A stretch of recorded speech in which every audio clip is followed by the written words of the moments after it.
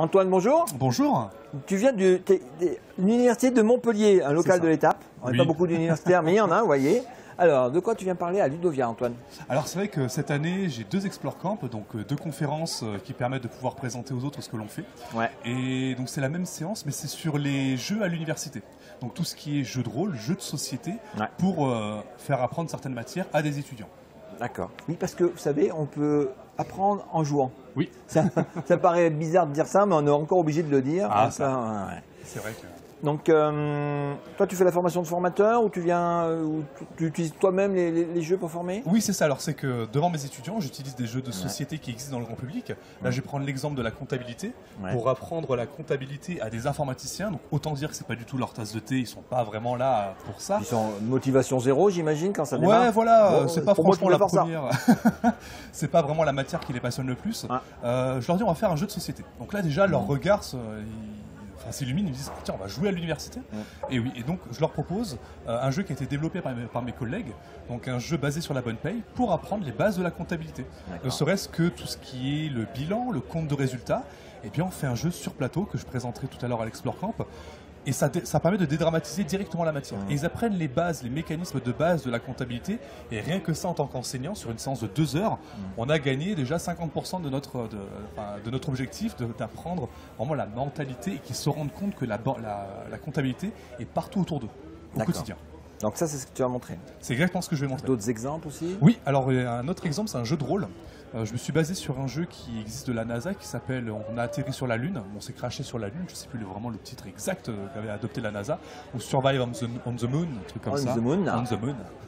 Et donc je l'ai un peu adapté, je l'ai dérivé, puisque c'est un jeu type loup-garou où on doit, on va dire, prendre des décisions et dans un univers un peu incertain. Donc je l'ai adapté, j'ai mis des rôles, et ça permet aux étudiants dans un autre cours, donc en gestion de projet, de prendre des décisions, mais dans un environnement incertain. C'est-à-dire qu'ils ne savent pas qui est qui dans l'équipe. Il y a des méchants, il y a des gentils, et ils doivent faire ensemble pour pouvoir aller dans un objectif commun, c'est-à-dire arriver à une base.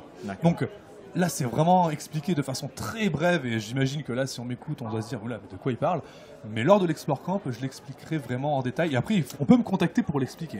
C'est le but. Est-ce que tu as un site web, un Twitter où on peut retrouver tout ça? Alors oui, j'ai un Twitter, donc Antoine Cholet, donc @Antoine_Cholet. Donc on peut me contacter, n'hésitez pas. Avec 2 L. Avec 2 L, oui, pas comme la ville. 2 L-E-T. C'est ça. Et j'ai un site internet, donc extragames.fr, donc tout attaché. Et on trouve mon email assez facilement sur internet, on peut me contacter pour en savoir davantage sur ces jeux. C'est vraiment avec grand plaisir que je pourrais donner d'autres informations sur l'utilisation de jeux de rôle et de jeux de société à l'université. Chez nous, à l'université de Lyon, c'est parce que toi tu es à l'UT, c'est à l'UT de Montpellier, tout à fait.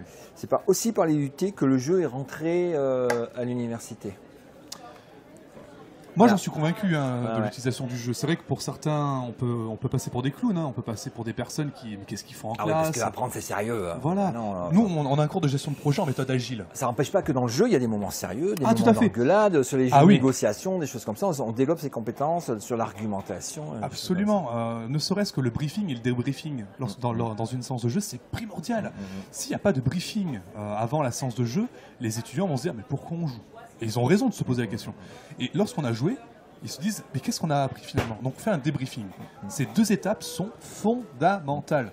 Et si on ne les fait pas, l'étudiant n'aura que jouer. Voilà, il n'aura que jouer. Il se dira mais qu'est-ce que j'ai fait? Il a que jouer.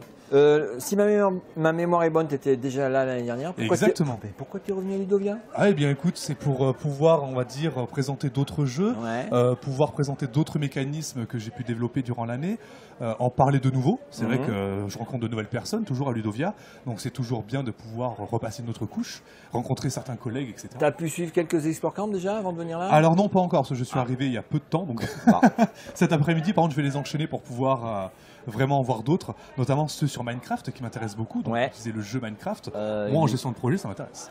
Il est où, monsieur Minecraft? Il était là tout à l'heure. Il n'était pas bien loin. David, je crois. Voilà, tu le retrouveras. C'est ça, exactement. Bon, je te lâche alors. Merci. Avec grand plaisir, Antoine. Merci beaucoup en tout cas, et à puis bon courage. Allez, à la prochaine.